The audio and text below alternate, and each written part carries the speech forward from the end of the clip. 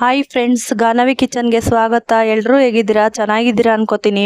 ಇವತ್ತಿನ ರೆಸಿಪಿ ಸೌತೆಕಾಯಿ ಮೊಸರು ಸಾಂಬಾರು ಹೇಗ್ ಮಾಡೋದು ನೋಡೋಣ ಬನ್ನಿ. ನೀವೇನಾದ್ರೂ ಇದೇ ಫಸ್ಟ್ ಟೈಮ್ ನಮ್ಮ ಚಾನಲ್ ನೋಡ್ತಿದ್ರೆ ಸಬ್ಸ್ಕ್ರೈಬ್ ಮಾಡ್ಕೊಂಡು ನೋಡಿ. ಪಕ್ಕದಲ್ಲೇ ಇರೋ ಬೆಲ್ ಬಟನ್ ಕ್ಲಿಕ್ ಮಾಡಿ, ಆಲ್ ಅಂತ ಆಪ್ಷನ್ ಬರುತ್ತೆ, ಆಲ್ ಅಂತ ಕ್ಲಿಕ್ ಮಾಡಿ ನಾವು ಹಾಕೋ ವಿಡಿಯೋ ನೀವೇ ಫಸ್ಟ್ ನೋಡ್ಬೋದು. ಈ ರೆಸಿಪಿ ಇಷ್ಟ ಆದ್ರೆ ಒಂದು ಲೈಕ್ ಕೊಡಿ, ಫ್ರೆಂಡ್ಸು ಫ್ಯಾಮಿಲಿಗೆ ಶೇರ್ ಮಾಡಿ. ಈ ಬೇಸಿಗೆ ಕಾಲದಲ್ಲಿ ಈ ತರ ರೆಸಿಪಿ ಮಾಡ್ಕೊಂಡು ತಿನ್ಬೇಕು, ತುಂಬಾ ಚೆನ್ನಾಗಿರುತ್ತೆ, ತಂಪಾಗಿರುತ್ತೆ. ಸೌತೆಕಾಯಿ ಮೊಸರು ನೀವು ಒಂದ್ಸಲ ಟ್ರೈ ಮಾಡಿ, ಹೇಗ್ ಬಂತು ಅಂತ ಕಮೆಂಟ್ ಮಾಡಿ. ಬನ್ನಿ ಹೇಗ್ ಮಾಡೋದ್ ನೋಡೋಣ. ಸೌತೆಕಾಯಿ ಮೊಸರು ಸಾಂಬಾರು. ಒಂದ್ ಸೌತೆಕಾಯಿ ಇದ್ರೆ ಸಾಕು. ಈ ತರ ಸಿಪ್ಪೆ ಎಲ್ಲ ತೆಗ್ದು ಸಣ್ಣಗೆ ಕಟ್ ಮಾಡ್ಕೊಬೇಕು. ನೋಡಿ, ಸೌತೆಕಾಯಿ ಎಲ್ಲ ಈ ತರ ಸಣ್ಣ ಸಣ್ಣಗೆ ಕಟ್ ಮಾಡ್ಕೊಂಡಿದ್ದಾಗಿದೆ. ಚಿಕ್ಕ ಚಿಕ್ಕದಾಗೆ ಕಟ್ ಮಾಡ್ಕೊಬೇಕು. ಈ ತರ ಸೌತೆಕಾಯಿ ಎಲ್ಲ ಕಟ್ ಮಾಡ್ಕೊಂಡದಾಯ್ತು. ಒಂದು ಮಿಕ್ಸಿಂಗ್ ಬೌಲ್ ತಗೋಬೇಕು. ಮಿಕ್ಸಿಂಗ್ ಬೌಲ್ಗೆ ಮೊಸರು ಸೇರಿಸ್ಕೊಬೇಕು. ನೀವೇನಾದ್ರೂ ಸ್ವಲ್ಪ ಮಾಡ್ಕೊಳ್ಳೋದಾದ್ರೆ 1/4 ಲೀಟರ್ ಸೇರಿಸ್ಕೊಳ್ಳಿ. ನಾನು ಸ್ವಲ್ಪ ಜಾಸ್ತಿನೇ ಮಾಡ್ಕೊತಾ ಇದ್ದೀನಿ. ಅರ್ಧ ಲೀಟರ್ ಮೊಸರು ಸೇರಿಸ್ಕೊತಾ ಇದ್ದೀನಿ. ಅರ್ಧ ಲೀಟರ್ ಮೊಸರಿಗೆ 4 ಜನ ಊಟ ಮಾಡ್ಕೋಬಹುದು. ಒಂದ್ ಇಬ್ರಿಗಾದ್ರೆ 1/4 ಲೀಟರ್ ಸೇರಿಸ್ಕೊಳ್ಳಿ. 4 ಜನಕ್ಕಾದ್ರೆ ಅರ್ಧ ಲೀಟರ್ ಮೊಸರು ಬೇಕಾಗುತ್ತೆ. ಮೊಸರು ಸೇರಿಸ್ಕೊಂಡಿದ್ದಾದ್ಮೇಲೆ ಒಂದ್ ಸ್ಪೂನ್ ಅಲ್ಲಾಗ್ಲಿ ಈ ತರದ್ರಲ್ಲಾಗ್ಲಿ ಚೆನ್ನಾಗಿ ಮಿಕ್ಸ್ ಮಾಡ್ಕೊಬೇಕು. ಇದಕ್ಕೆ ಸ್ವಲ್ಪ ನಾನು ನೀರ್ ಸೇರ್ಸ್ಕೊಂತಾ ಇದ್ದೀನಿ. ಮೊಸರು ಪ್ಯಾಕೆಟ್ ಅಲ್ಲೇ ಒಂದ್ 1/4 ಗ್ಲಾಸ್ ಅಷ್ಟು ನೀರ್ ಸೇರ್ಸ್ಕೊತಾ ಇದ್ದೀನಿ. ನೀರ್ ಸೇರ್ಸ್ಕೊಂಡಿದ್ದಾದ್ಮೇಲೆ ಚೆನ್ನಾಗಿ ಸ್ವಲ್ಪ ಮಿಕ್ಸ್ ಮಾಡ್ಕೊಬೇಕು. ನೋಡಿ, ಈ ತರ ಮೊಸರೆಲ್ಲ ರೆಡಿ ಮಾಡ್ಕೋಬೇಕು. ಫಸ್ಟೇ ಮೊಸರು ರೆಡಿ ಮಾಡ್ಕೊಂಡಿದ್ದಾದ್ಮೇಲೆ ಒಂದ್ ಚಿಕ್ಕದು ಮಿಕ್ಸಿ ಜಾರ್ ತಗೊಂಡು ಇದಕ್ಕೆ ಒಂದ್ 2 ಟೇಬಲ್ ಸ್ಪೂನ್ ಅಷ್ಟು ತೆಂಗಿನ ತುರಿ, 2 ಟೇಬಲ್ ಸ್ಪೂನ್ ಅಷ್ಟು ಕಡ್ಲೆ, 4 ರಿಂದ 5 ಹಸಿರು ಮೆಣಸಿನ್ಕಾಯಿ, ಒಂದ್ 5 ರಿಂದ 6 ಬೆಳ್ಳುಳ್ಳಿ ತಗೋಬೇಕು. 1/4 ಲೀಟರ್ ಮೊಸರು ಆದ್ರೆ ಒಂದ್ 2 ಮೆಣಸಿನ್ಕಾಯಿ ತಗೊಳ್ಳಿ. ಬೆಳ್ಳುಳ್ಳಿನೂ ಅಷ್ಟೇ ಒಂದ್ 2 ರಿಂದ 3 ತಗೊಳ್ಳಿ. ಸ್ವಲ್ಪ ನೀರ್ ಹಾಕಿ ಸಣ್ಣಗೆ ರುಬ್ಕೊಬೇಕು.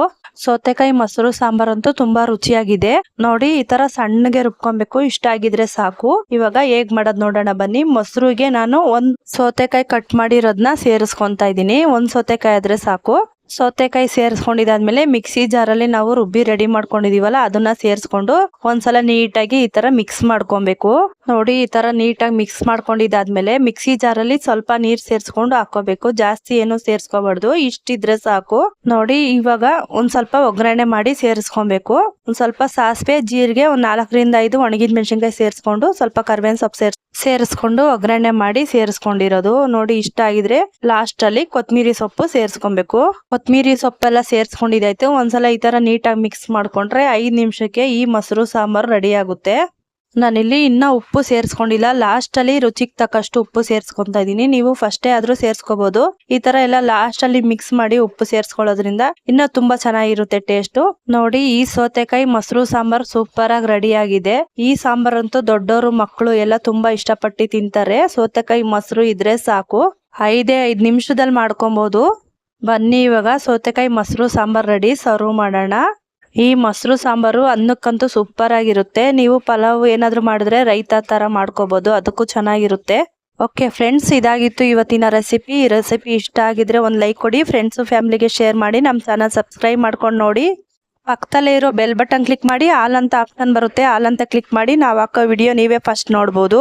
ವಿಡಿಯೋ ಎಂಡವರೆಗೂ ನೋಡಿದೀರಾ ಅನ್ಕೋತೀನಿ. ನೋಡಿದ್ರೆ ಒಂದು ಲೈಕ್ ಕೊಡಿ. Thanks for